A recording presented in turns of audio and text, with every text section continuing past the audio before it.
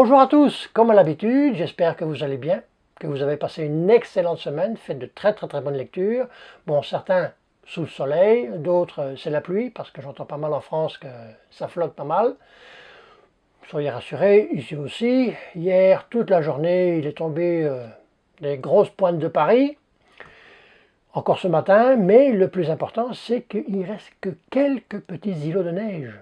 C'est ça le plus important. Donc aujourd'hui, on va faire un book haul, le book haul du mois de mars, il y en a pas mal, je crois qu'il y en a une petite dizaine. Et puis après ce petit bulletin météo, bienvenue sur Bouquin d'étoiles, générique.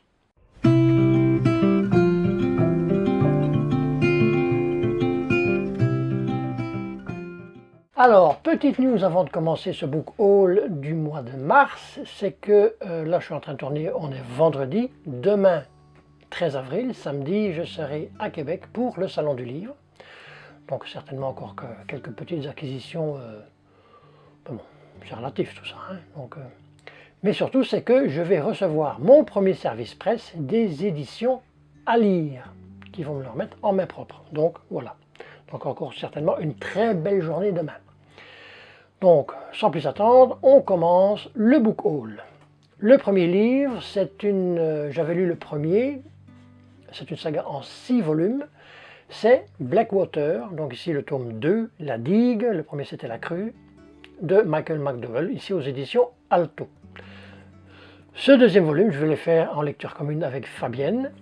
Donc ici, moi j'espère retrouver la même atmosphère, la même ambiance qu'il y avait dans le premier, parce que j'ai vraiment adoré, c'était vraiment une excellente lecture. Pas réellement coup de cœur, mais excellente lecture. Une ambiance, je ne dirais pas lourde, mais légèrement pesante, je dirais. Avec du fantastique, forcément, puis on en redemandait parce qu'on ne savait pas vraiment où McDowell, et on ne sait toujours pas où McDowell, Michael McDowell, pardon, veut nous emmener. Toujours une magnifique recto verso, une magnifique édition. Les éditions Alto ont fait vraiment un magnifique travail. Donc ici, je ne vais pas spoiler parce que bon, c'est déjà le second tome, mais on va suivre la famille Kasky, qui est je crois en Alabama, si mes souvenirs sont bons, dans la ville de Perdido. Et cette fameuse Eleanor, cette femme qui a été secourue dans la ville de Perdido par un des fils Kasky. Et donc voilà, on en redemande, c'est clair, on en redemande. Donc on verra bien la suite. Ensuite, la deuxième acquisition, c'est un manga, donc vous savez de quoi je parle. C'est une sacrée mamie, donc ici c'est le volume 4, édition double, aux éditions Delcourt Tonkam. Donc ça c'est un manga de Ishikawa Saburo et de Yoshishi Shimada. C'est le coup de cœur, je vais dire, coup de cœur majeur manga pour l'instant en 2024. Et même, je vais dire, toute lecture confondue pour l'instant. Donc certainement que ce sera un quatrième coup de cœur. On est toujours sur du tranche de vie. On suit le petit Akihiro qui est chez sa grand-mère et qui, je vais dire, apprend la vie. Avec sa grand-mère, qui ne sont pas très riches. Donc il y a des petites astuces pour subvenir, je vais dire, à ses besoins. Et c'est ça. Donc c'est toujours... les dessins sont encore toujours magnifiques. Moi ce qui me fascine aussi, c'est que bon, les dessins ne sont pas... comme je dis, il y a souvent deux sortes de dessins. Il y a un dessin par exemple où on voit plus je veux dire, le paysage, qui sont vraiment des dessins beaucoup plus travaillés. Mais dans l'ensemble, oui, je veux dire, ce sont c'est comme un peu old school. C'est présenté comme, je dis bon, sans spoiler, c'est comme un peu old school. Mais c'est ça, donc les dessins style plus paysage, tout ça sont un peu plus travaillés, mais n'empêche, c'est que moi je suis fasciné par les mimiques, par les expressions du visage. je veux dire de tous les visages. Il n'y a pas que le petit Akihiro ou Osano, sa grand-mère. Non, non, tous les visages sont... des fois, il y a quelques traits, et je veux dire, l'expression est là. C'est vraiment incroyable. Et puis c'est ça, donc c'est comme je dis, tranche de vie, on est l'apprentissage de la vie, c'est du pur bonheur, c'est toujours du pur bonheur. Moi, comme je dis souvent, comme je dis quasi à chaque vidéo, hein, parce que j'en parle quasi à chaque vidéo, soit le book haul, l'update lecture, ou la prévision lecture, j'en parle. Vous devez être tanné, hein. Non, vous n'êtes pas tanné parce que... Enfin, moi non, moi je ne suis pas tanné du tout. Parce qu'une fois que j'aurai lu les 5, je vais dire, il y aura de grandes chances que je leur lise peut-être encore cette année, sérieusement. Donc voilà. Mais moi, ce qui me fait aussi, je vais dire,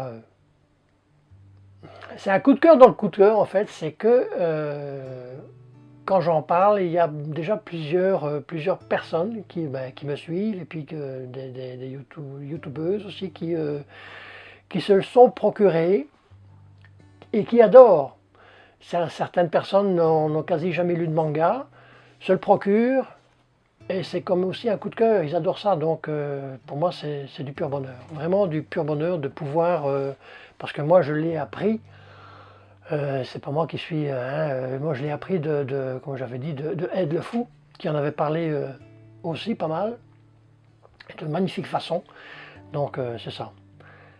Une sacrée mamie. Donc certainement 4e coup de cœur. Livre suivant, enfin plutôt je dirais les livres suivants, parce qu'il y en a 4 que j'ai acquis au Salon du Livre à Trois-Rivières. Le premier ici, c'est Les 13 lunes d'Okia de Yolande Okia-Picard aux éditions Anénorak. C'est un recueil de légendes et récits, des légendes traditionnelles Wendat, Cri, Ojibwe et encore bien d'autres. Ça va nous parler, il est marqué en 4e de couverture qu'il y a certainement dans ces récits un soupçon de sagesse, un soupçon. Je crois qu'il y aura plus qu'un soupçon de sagesse dans ce livre. Un soupçon de sagesse, disons, et puis beaucoup d'émerveillement. Donc, il faut dire que Yolande Okia-Picard, je ne sais pas son âge, mais elle a écrit ça dans les années, je crois, 1990. Mais c'est une autrice et conférencière qui parcourt le monde. France, La Réunion, je ne sais pas encore de mémoire, Kuala-Lumpur, Singapour, enfin, à travers le monde. C'est ça, et puis de quoi ça va parler ici? Ça va parler plus les valeurs que l'on apporte, je veux dire, à soi-même, de ce qui nous entoure, mais aussi les valeurs que l'on porte au-delà de nous-mêmes, à la nature. Et donc c'est ça. Donc certainement, je le redis, il y aura plus qu'un soupçon de sagesse avec Les 13 lunes d'Okia, aux éditions Anénorak. Ensuite, le livre suivant, c'est Cheval indien de Richard Wagamazé, ici aux éditions Bibliothèque québécoise. Alors, qui est Richard Wagamazé? C'est un auteur autochtone qui est c'est un Ojibwe des Premières Nations Wabasémon qui se retrouve dans le nord-ouest, si mes souvenirs sont bons, de l'Ontario. Son œuvre principale, c'est qu'il va parler des comment je vais dire, des problèmes, des traumatismes intergénérationnels des pensionnats autochtones. Et son œuvre, qui parle de ces traumatismes intergénérationnels, il y a 6 romans, il y a un recueil de poésie également, et 5 ouvrages autobiographiques ou biographiques plutôt. Donc voilà. Alors ici, de quoi va-t-on parler? On va parler, essentiellement, de ces pensionnats autochtones qui ont couvert le Canada dans son entièreté dans toutes les provinces, donc, aussi bien au Québec qu'ailleurs, et qui, en fait, va montrer la souffrance de ces enfants qui, bon, s'ils rentrent dans un pensionnat, certains n'ont plus leurs parents, mais d'autres sont carrément arrachés à leur famille.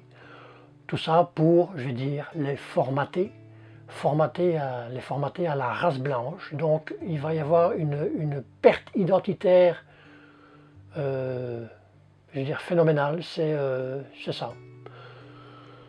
Et qui, je vais dire, cause encore des troubles, beaucoup de troubles aujourd'hui. Parce qu'il faut savoir que, je veux dire, ces pensionnats autochtones ont fermé leurs portes. Écoutez bien la date. En 1996. Ça vous dit? En 1996, ces pensionnats autochtones ont fermé leurs portes, définitivement. Et donc, on n'en parle pas beaucoup parce que, je vais dire, cette souffrance de ces enfants autochtones, ça a été dans le plus grand déni de, je veux dire, des Canadiens. Donc voilà, des Canadiens et du gouvernement canadien, ou des gouvernements canadiens. Je vais vous lire une partie du quatrième de page. Bien écrit, bien traduit, le roman nous arrache des larmes à quelques reprises en nous faisant vivre les douleurs d'enfants pris au piège d'un système d'apartheid, malheureusement bien de chez nous. C'est l'histoire d'une résilience admirable, celle qu'ont vécu des milliers d'enfants à travers le Canada dans l'indifférence totale. Une histoire qui doit être connue de tous, puisqu'elle continue d'avoir des effets dévastateurs aujourd'hui. Donc, je vous mettrai dans ma description l'adresse de Maps Booktube, qui en a parlé magnifiquement aussi, de ce livre. Et ça ne va pas être un livre facile, du tout. Ça ne va pas être facile à lire, mais on a envie de le lire. Donc voilà. Cheval Indien, le dernier pensionnat, a fermé ses portes en 1996. Alors, avant de vous présenter le livre suivant, je voulais juste préciser que Richard Wagamazé nous a malheureusement quittés en 2017. Voilà, je voulais juste le préciser. Donc, le livre suivant, c'est L'hiver de la Corneille de Karen McBride aux éditions Annénorac. Donc, qui est Karen McBride? C'est une autrice. Donc ça, c'est, je crois que c'est son premier livre, L'hiver de la Corneille. Donc, qui est Karen McBride? C'est une autrice autochtone, algonquin, Anishinaabe, Première Nation de Témiscamingue, donc ici au Québec. Elle a plusieurs diplômes universitaires, dont un, là je vous le lis parce que elle est titulaire de plusieurs diplômes universitaires, dont un en maîtrise en art et création littéraire à l'Université de Toronto. Et elle travaille comme enseignante dans, je veux dire, dans une école primaire, dans une des réserves, dans une je vais dire, dans la réserve, je crois qu'il a vu naître, ou dans sa réserve d'origine. J'ai toujours du mal, quand je dis réserve, c'est quand même, c'est hallucinant quand même, en 2024, parler des gens qui sont dans des réserves, c'est vraiment hallucinant. Donc, je vais vous lire le quatrième de couverture. Donc ici, c'est un livre, bon, qui est normalement en langue anglaise et qui a été traduit de l'anglais par Sylvie Nicolas. Voilà. Depuis son retour à Spirit Bear Point, Hazel Ellis rêve sans cesse à une vieille corneille qui affirme vouloir l'aider, la sauver. Mais la sauver de quoi exactement? Du deuil de son père qu'elle ne parvient pas à faire malgré les 2 années qui se sont écoulées depuis son décès? Mais cela suffit-il à justifier l'intervention de Nanabush, un trickster, un conteur, un maître de la métamorphose, une mythique créature Anishinaabe? Peu à peu, Hazel découvre que ce qui se joue dépasse largement ses doutes, et son propre chagrin. La carrière située sur la terre de son père, laissée en plan depuis plus d'un siècle, semble au cœur de ce qui ravive l'ancienne magie, liant les deux côtés de la roue de médecine. Dans l'hiver de la Corneille, Hazel lève le voile sur les mondes visibles et invisibles, le rêve et la réalité, le cœur et la tête, le passé et le présent. Karen McBride s'initie son premier roman. Voilà, aux éditions Alnorak. Le dernier des quatre, c'est, je vous l'avais déjà présenté, également pour le challenge des printemps, où je suis toujours en retard et qu'il vous faudra me botter les fesses pour y arriver, c'est Kimik de Michel Jean. Donc, qui est Michel Jean? C'est un auteur québécois d'origine Innu, qui est journaliste. Enfin, je ne sais pas s'il est encore d'active, mais c'est un journaliste à la télévision canadienne, un journaliste d'investigation. Et ici, donc, c'est Kimik aux éditions Libre Expression. Donc, de quoi va-t-on parler? J'aimerais juste dire 3 phrases. Roman vérité, Kimik raconte l'histoire d'un territoire majestueux que les gouvernements ont voulu soumettre, lui et ceux qui l'habitent, quel qu'en soit le prix. Ben oui, forcément. Donc, Kimik. Ensuite, les 4 derniers livres, c'est d'une même saga. C'est Les Sœurs de Blois, de Louise Tremblay Dessiambres. Donc, avec le premier tome, Charlotte. Le deuxième, Émilie. Le troisième, Anne. Et non, c'est pas un prénom féminin, c'est le demi-frère.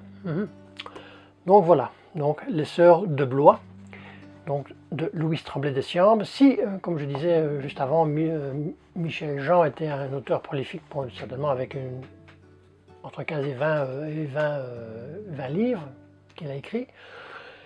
Louise Tremblay, elle, c'est à peu près une 60aine de livres, plus de 3 millions d'exemplaires vendus au Québec. Donc cette saga, elle l'a écrite entre 2015 et 2020. Et c'est une autrice c'est une autrice québécoise qui est née dans la ville de Québec. Et je veux dire, ces livres vont parler plus précisément de femmes qui sont incognito, je veux dire, de femmes dans les années 50, 60.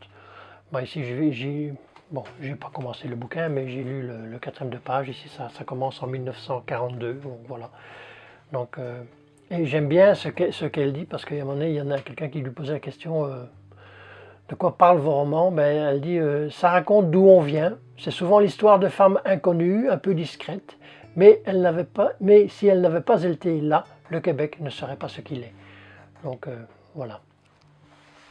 Donc ça me tente un peu de... Je vais peut-être dire, c'est un... Je ne sais pas réellement s'il y a beaucoup de... Je ne crois pas de la romance, je ne crois pas. Je pense que c'est plus... je veux dire, tranche de vie historique. Je dirais plus ça. Donc on va tenter. Parce que en même temps, je dis... de plus en plus, je lis d'auteurs québécois, canadiens, en même temps autochtones, certainement. Et donc je me suis dit, peut-être qu'un jour, je vais peut-être faire, là j'en connais pas encore assez, je commence à m'élargir, parce qu'il y en a, mais j'aimerais bien peut-être un jour faire une vidéo sur uniquement les auteurs et autrices québécoises. Donc voilà. Donc ceci termine le fameux book haul du mois de mars, avec je crois 10 volumes en tout. Et je pense déjà au book haul du prochain book haul du mois d'avril. Il ne sera pas piqué des vers non plus, je vous le dis tout de suite. J'en ai déjà là, qui attendent patiemment, et il y en a déjà quelques-uns. Il y a des fameuses bricasses, il y a des belles sagas, oh là là. Donc, mais il faudra encore attendre un petit peu. Donc, en attendant, comme d'habitude, si vous avez lu un de ces livres, n'hésitez pas à me le mettre en commentaire, si vous avez aimé, pas aimé. Et puis certainement, je dis pour les 4 ici, Kamiq, l'hiver de la Corneille, Cheval indien et les 13 lunes d'Okia. Si vous avez l'envie de lire ces livres d'auteurs autochtones, eh bien n'hésitez pas, contactez, je veux dire certainement la librairie de Québec à Paris pour en savoir un peu plus et puis pour les avoir si vous voulez en format papier. Donc voilà. Donc en attendant, et là ça s'assombrit, on va encore avoir quelques clous de Paris. C'est ça. Donc en attendant, je vous souhaite de très bonnes lectures pour la semaine qui s'en vient. Portez-vous bien et à la prochaine fois. Bye.